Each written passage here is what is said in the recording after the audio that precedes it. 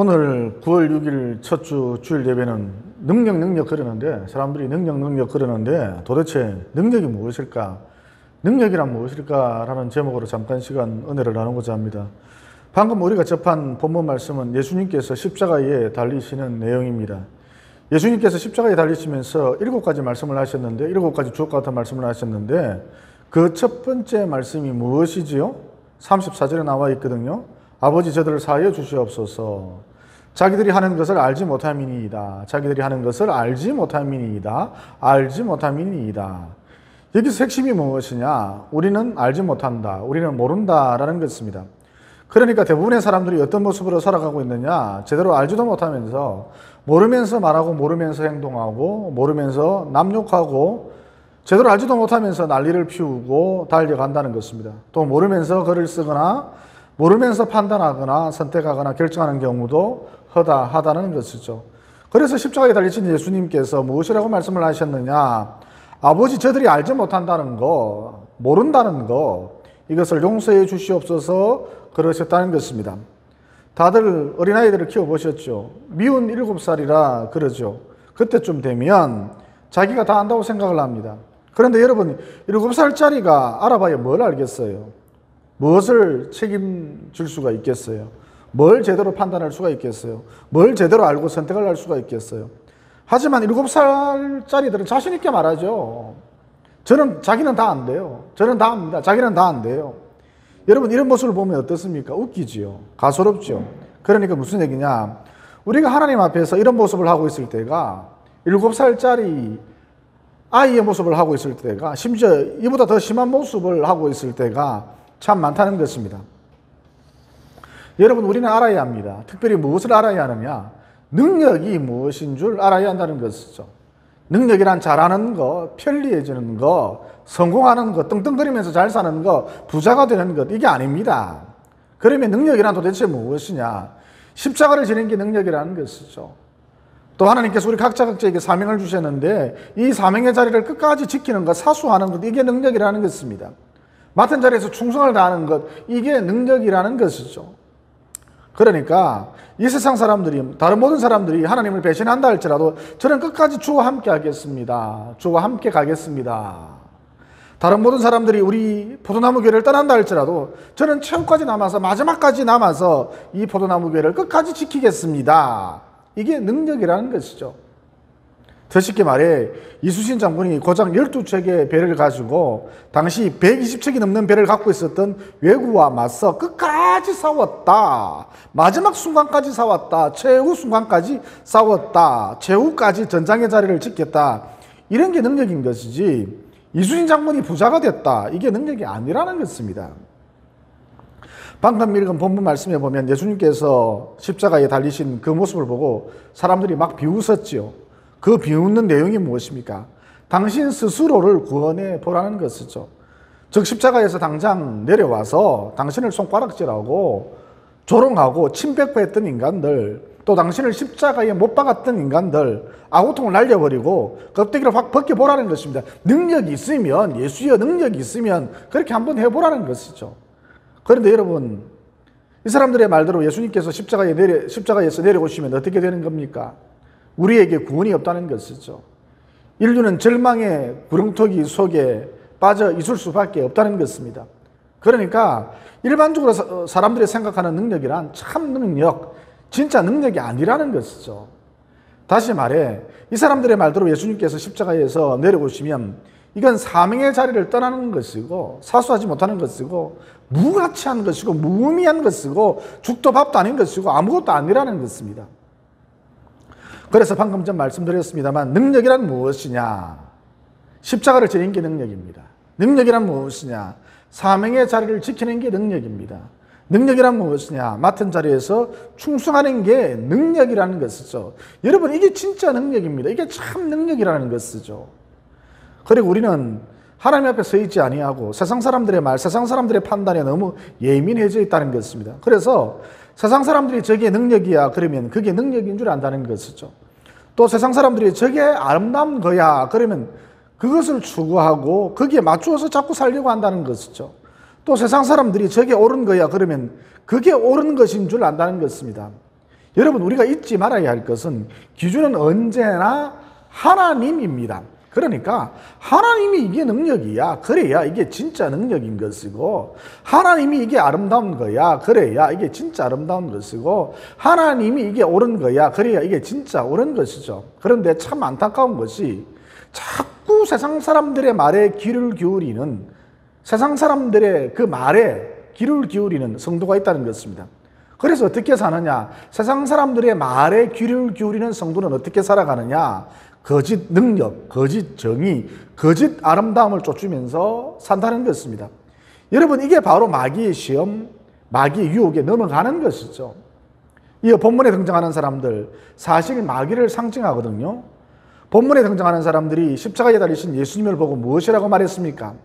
만일 네가 하나님의 택하신 자 그리스도이면, 만일 네가 하나님의 아들이라면 십자가에서 당장 내려와 봐라 그랬거든요. 여러분, 이게 마귀가 주로 쓰는 화법입니다.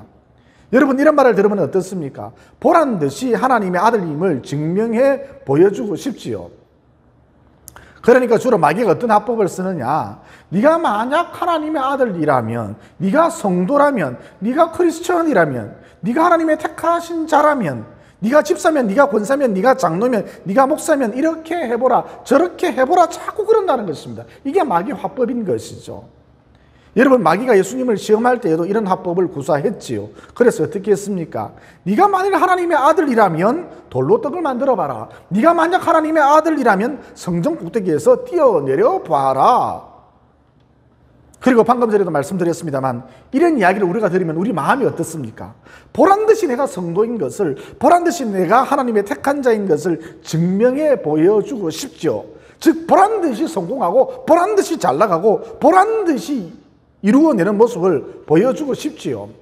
그러니까 결국 마귀의 합법, 곧 마귀의 유혹이란 무엇이냐, 마귀가 가져다 주는 시험이란 무엇이냐, 돌로 떡을 만드는 기적을 보이고 성전 꼭대기에서 뛰어내려도 멀쩡하고 천하만국의 모든 영광과 물질을 소유하고 외제 승용차를 타고 다니고 고급 레스토랑을 내 집 드나들듯이 드나들고 40평 아파트에 살고, 그것도 노예층에 살고, 신시해선을 불러일으키고 유행을 주도하고 인기를 한 몸에 받고 성공 가도를 달리고, 그래야 하나님의 아들인 것이고, 그래야 하나님의 택하신 자인 것이고, 집자인 것이고, 권사인 것이고, 예수 믿는 성도의 모습이라는 것입니다. 여러분, 이게 바로 마귀의 유혹인 것이죠. 마귀의 시험인 것이죠. 여러분, 여기에 걸려 넘어지면 능력 가운데 사는 것이 아니라 사실은 철저히, 특별히 하나님 앞에서 철저히 무능력한 가운데에 사는 것입니다. 그러니까 거듭 강조합니다만, 능력이란 무엇이냐? 십자가를 지는 것입니다. 능력이란 무엇이냐? 사명의 자리를 끝까지 지키는 것입니다. 능력 그러는데 능력이란 도대체 무엇이냐? 맡은 자리에서 끝까지 충성을 다하는 것이죠. 돌로 떡을 만드는 게 능력이 아니라는 것입니다. 떵떵거리면서 사는 게 능력이 아니라는 것이죠. 외제 승용차를 끌고 다니는 것이 능력이 아니라는 것이죠. 40평 아파트에 사는 게 능력이 아니라는 것이죠. 이 우리 주변에 보면 봉사를 많이 한다고, 좋은 일을 많이 한다고 지나치게 존경받고, 지나치게 인정받고, 지나치게 박수갈채를 많이 받는 그런 분들이 있지요. 거의 모든 사람들의 우상이 되다시피 한 분이 있습니다. 그런데 여러분, 이것은 사실 상당히 위험한 것입니다. 그러니까 무슨 얘기냐? 사람은 이런 식으로 살 수 없는 존재라는 것이죠. 즉, 사람은 아름답게, 고귀하게, 청순하게, 순결하게, 또 칭찬 일색으로 살 수 없는 존재라는 것입니다. 그래서 이런 분들은 스스로 폭로하셔야 합니다. 스스로 폭로하셔야 한다는 것이죠. 즉, 모든 인간들이 최종적으로 할 말은, 모든 인간들이 마지막으로 할 말은, 최후 변론은 주여, 저는 죄인입니다. 저를 불쌍히 여겨 주시옵소서라는 것이죠. 우리나라에서 행복전도사로 아주 유명한 여자분이 있죠. 최윤희 씨라고. 언제나 이분은 나는 행복합니다, 나는 즐겁습니다 그러면서 TV에 자주 나왔거든요. 마음이 처지고 우울할 때, 스트레스를 받을 때 이분 강의를 들으면 살맛이 납니다. 신이 납니다. 또 이분 말장난도 좋아서 잘 웃기거든요. 그런데 이분 얼마 전에 자살했잖아요. 또 아주 금술 좋은 부부, 인꼬 부부가 있습니다. 이분들 역시 TV에 자주 출연했었거든요. 그래서 사람들이 이 부부를 볼 때마다 슈만과 클라라 같다 그랬죠. 하지만 얼마 전에 이혼했습니다. 그러니까 이 사람들 행복하게 사는 것처럼 보여주기 위한 쇼윈도 부부로 살았던 것입니다. 또 어떤 사람들을 보면 과도할 정도로 병적으로 사람들이 알아주기를 바라면서 희생하고 구제하고 봉사하더라는 것이죠. 즉 일종의 공로주의에 빠진 것입니다. 그런데 자기 친구가 자기보다 더 많이 희생하고 자기 친구가 자기보다 더 많이 구제하고 봉사하는 것을 어느 날 봤거든요. 그래서 화를 버럭 내더라는 것입니다. 급기야 열받아서 입원했답니다. 여러분, 이게 인간의 적나라한 모습이라는 것이죠. 그래서 방금 전 말씀드렸습니다만 인간이 마지막으로 할 말은, 최종적으로 할 말은, 최후 변론은, 결론적으로 할 말은 주여 저는 죄인입니다. 저를 불쌍히 여겨주시옵소서 라는 것이죠. 이어 하나님께서 우리를 불쌍히 여겨주셨기 때문에 그 아들 예수님을 이 땅에 보내주셨던 것이죠. 어쨌든 여러분이 잘 아시다시피 예수님께서 십자가에 달리셨습니다. 십자가형은 아주 끔찍스럽고 잔인하기 이를 데 없는 사형 방법이죠. 그래서 어떤 목사님들 보면 이 부분을 아주 상세하게 묘사하기도 하거든요. 예를 들어서 횡격막이라 그러죠. 우리 몸 가운데에 있는 막, 이걸 횡격막이라 그럽니다. 그런데 사람이 십자가에 매달리게 되면 횡격막이 압박을 받아서 숨을 제대로 쉴 수가 없대요. 십자가에 딱 매달리면 컥컥거린대요. 누구든지.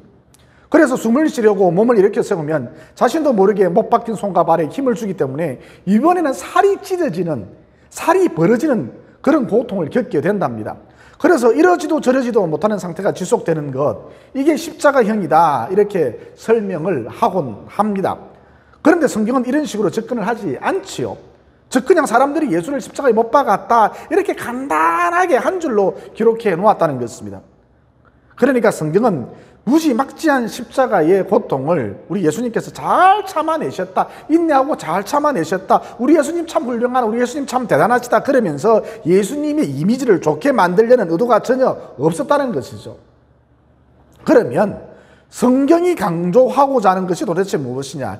예수님께서 십자가를 지셨다, 즉 끝까지 사명의 자리를 지키셨다, 맡은 자리에서 충성을 다하셨다, 이것을 강조하고 싶었던 것이죠. 즉 참 능력을, 진짜 능력을, 하나님이 말하시는 참 능력을, 진짜 능력을 강조하고 싶었던 것입니다.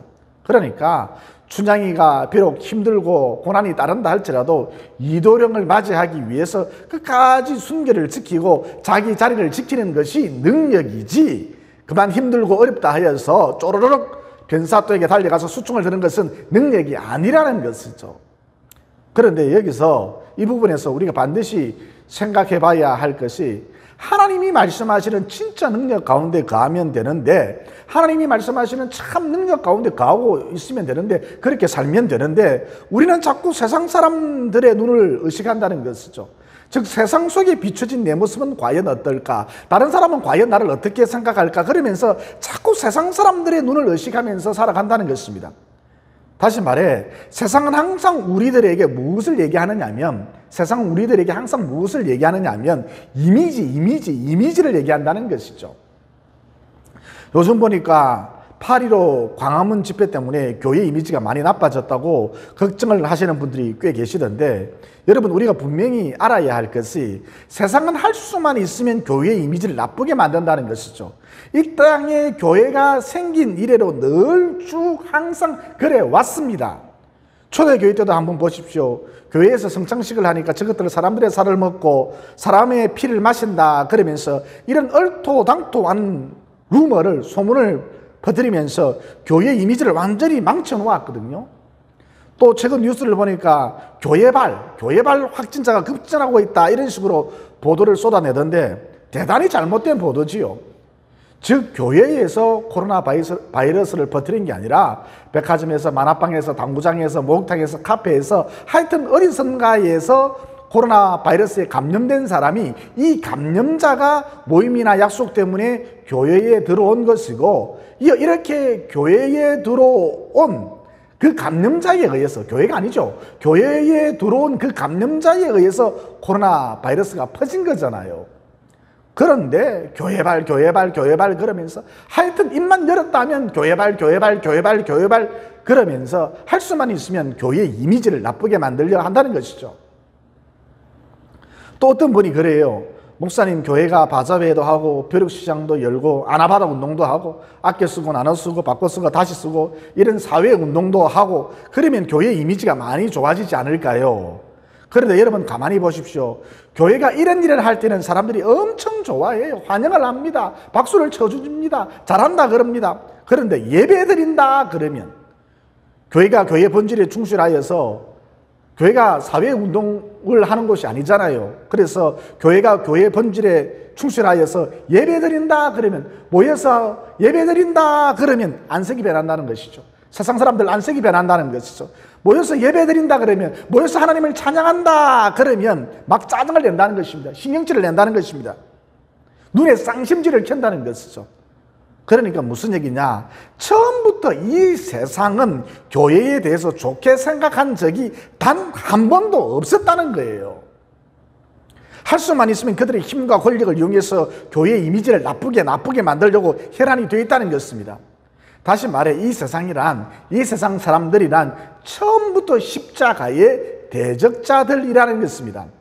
그리고 또 어떤 분이 말하길 정광훈 목사님 때문에 교회 이미지가 많이 나빠져서 이제 사람들이 예수님을 믿지 않을 것이다. 그런데 여러분, 우리가 반드시 알아야 할 것이 내가 예수님을 믿은 게 아니잖아요. 즉 하나님이 예수님을 믿도록 만들어 주셨다는 것입니다. 그러니까 믿음은 능동태가 아닙니다. 수동태인 것이죠. 그래서 성경은 믿음은 하나님의 선물이라 그랬잖아요. 또 에베소서에 보면 창세전에 그리스도 안에서 우리를 택하사 예정하사 하나님의 자녀가 되도록 하셨다 그러셨잖아요. 그러니까 하나님의 자녀로 택함을 받은 사람은, 하나님의 자녀로 창세전부터 예정되어 있는 사람은 때가 되면 모두 기독교 신앙을 가지게 되어 있다는 것이죠. 그래서 다 예배자가 된다는 것입니다. 그러니까 간단하게 말해 이미지로 전도하는 게 아니라는 거예요. 교회 이미지가 아무리 나빠도, 지금보다 훨씬 더 나빠도 믿을 사람은 다 믿는다는 것입니다. 즉 하나님이 믿음을 선물로 주시면 다 믿어요. 하나님의 자녀로 예정되어 있는 사람은, 하나님의 자녀로 선택된 사람은, 창세전부터 하나님의 자녀로 선택된 사람은 교회 이미지고 뭐고 상관없이 결국은 믿게 되어 있다는 것이죠. 결국은 예배자가 된다는 것입니다. 결국은 집사가 되고 권사가 된다는 것입니다.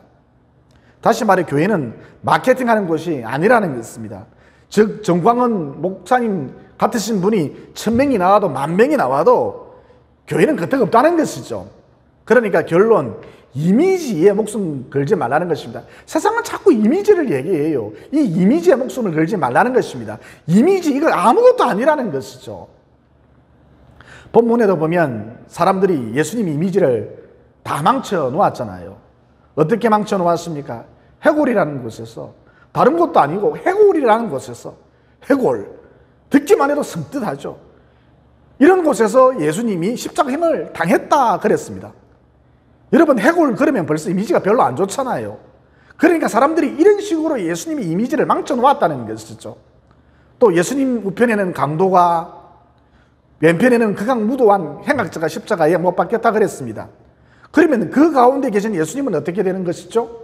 도매금으로 나쁜 인간이 되는 것이죠. 도매금으로 강도가 되는 것입니다. 도매금으로 행악자가 되는 것입니다. 어쨌든 이런 식으로 예수님 이미지를 다 망쳐 놓았다는 것입니다. 그런데 이런 가운데에서도 하나님의 권능이 나왔다는 것이죠. 하나님의 권능이 나타났다는 것입니다. 그러니까 당시 십자가 근처에 있었던 사람들은 모두 예수님을 믿었다는 것입니다. 우선 오른편 강도가 예수님을 믿었거든요. 또 구레네 시몬도 예수님을 믿었습니다. 또 사실상 제사장 무리들이 예수님을 십자가에 못 박아버리고 그 현장에 있었는데, 사도행전에 보면 제자들이 복음을 전할 때에 이 제사장 무리들이, 수많은 제사장 무리들이 모두 다 회개를 하고 예수님을 믿었다는 것이죠. 그러니까 우리 예수님 이미지가 최악이었음에도 불구하고 묵묵히 능력 가운데 서 계시니까, 즉 사명의 자리를 지키고 십자가를 기꺼이 지시니까, 맡은 자리에서 충성을 다하시니까 하나님의 권능이 나타나더라는 것입니다. 그래서 십자가 근처에 있었던 수많은 사람들이 예수님을 믿게 되는 놀라운 역사가 나타났던 것이죠. 여러분, 바울에게는 간질병이 있었죠. 그래서 설교를 하던 도중에 자주 쓰러졌고 또 컨디션이 안 좋으면 곧잘 거품을 입에 물고 쓰러졌습니다. 한마디로 목사로서 사도로서 최악의 이미지를 갖고 있었죠. 그래서 좋은 이미지를 갖게 해달라고 간질병을 없애달라고 120일간 줄기차게 기도했습니다. 또 금식 기도도 엄청 많이 하셨죠. 그런데 하나님께서 무엇이라고 응답을 하셨나요? 바울아, 너 이미지가 안 좋으니까 항상 나를 의지하는 것 아니냐. 바울아, 너 이미지가 안 좋으니까 항상 하나님을 찾는 것 아니냐. 바울아, 너 이미지가 안 좋으니까 항상 기도 생활을 이어가는 것 아니냐. 그러니까 너의 약함이, 즉 네가 간질병을 갖고 있다는 것이, 너의 이미지가 별로라는 것이 오히려 너에게 있어서 큰 능력이 되느니라 그러셨습니다. 이에 이런 응답을 받은 바울은 자기 이미지가 상당히 안 좋았지만 그 가운데서도 하나님이 말씀하시는 참 능력 가운데 서 있으려 했다는 것이죠. 즉 맡은 자리에서 충성을 다하고 또 자기 십자가를 지고 자기 사명을 향해 달려갔다는 것입니다. 그러자 어떤 일이 벌어졌습니까? 바울의 손수건만 갖다 대도, 바울의 앞치마만 갖다 대도 귀신이 떠나는 역사가 나타났습니다. 초자연적인 신비현상이 나타났습니다. 암다리가 때론 깜짝같이 사라져 버리기도 했습니다. 또 신약성경 대부분을 바울이 기술하기도 했었죠. 또 수많은 초대교를 홀로 설립하기도 했었습니다. 그러니까 뭐예요? 이미지가 나빠도 상관없다. 이미지에 목숨 걸지 말라. 이런 데 신경 쓰지 말고, 이미지에 제발 신경 쓰지 말고 사명의 자리를 너는 지켜라. 맡은 자리에서 충성을 다하라. 기꺼이 십자가를 지라는 것입니다. 여러분, 이게 참 능력인데, 여러 번 강조합니다만 이게 진짜 능력인데, 이 능력 가운데 어느 누구든지 서 있기만 하면, 참 능력 가운데, 진짜 능력 가운데 서 있기만 하면 나를 통해서 하나님의 권능이 나타난다는 것입니다. 즉 나를 통해서 위대한 하나님의 뜻이 드러나게 된다는 것이죠. 저 역시 마찬가지입니다. 목사로서 아주 안 좋은 이미지를 갖고 있거든요. 예를 들어서 눈병이 유행한다 그러면, 독감이 유행한다 그러면, 인플루엔자가 유행한다 그러면 아마도 부산에서 제가 제일 먼저 걸릴 거예요. 또 고혈압약, 고지혈증 약 이런 것은 기본이고 혈액순환제는 기본이고 약을 많이 먹는 편이거든요. 여러분, 목사가 건강하고 팔팔하고 근육이 탄탄하고 또 손만 갖다 대도 병이 척척 낫고 신비현상을 일으키고 그래야 이게 목사로서 아주 좋은 이미지잖아요. 그런데 기도를 해도, 아무리 기도를 해도 하나님이 이런 좋지 않은 이미지를 바꾸어 주시지 않더라는 것이죠. 하지만 이런 안 좋은 이미지 가운데에서도 참 능력 가운데, 진짜 능력 가운데 머물러 있으니까, 즉 목사로서 그저 기도하고 설교 준비하고 또 내게 주신 십자가를 힘들지만 기꺼이 져보니까 하나님의 권능이 나타나더라는 것입니다. 그래서 이렇게 교회를 건축하게 된 것이죠. 여러분, 제 능력으로는 교회 건축 꿈도 꾸지 못할 일입니다. 제가 돈이 있습니까? 능력이 있습니까? 빽이 있습니까? 자본이 있습니까? 지혜가 있습니까? 또 인맥이 좋긴 합니까? 아무것도 없거든요. 저는 아무것도 아니라는 것입니다. 오직 하나님의 권능이 나타나서 이런 일이 이루어졌던 것이죠. 하나님의 교회가 세워졌던 것입니다. 그러므로 능력이란 무엇이냐? 이미지가 아니다. 능력이란 무엇이냐? 부자가 되는 것이 아니다. 권력을 갖는 것이 아니다. 능력이란 도대체 무엇이냐? 십자가를 지는 것이다. 능력이란 무엇이냐? 사명의 자리를 지키는 것이다. 능력이란 무엇이냐? 맡은 자리에서 충성을 다하는 것이다. 이 진리를 명심하시고 늘 능력 가운데 거하셔서, 진짜 능력, 참 능력, 이런 능력 가운데 거하셔서 나를 통해 하나님의 권능이 나타나서 위대한 하나님의 뜻이 나를 통해서 이루어지는 승리의 그날을, 영광의 그날을 마침내 보게 되시기를 예수님 이름으로 진심으로 축원을 드립니다.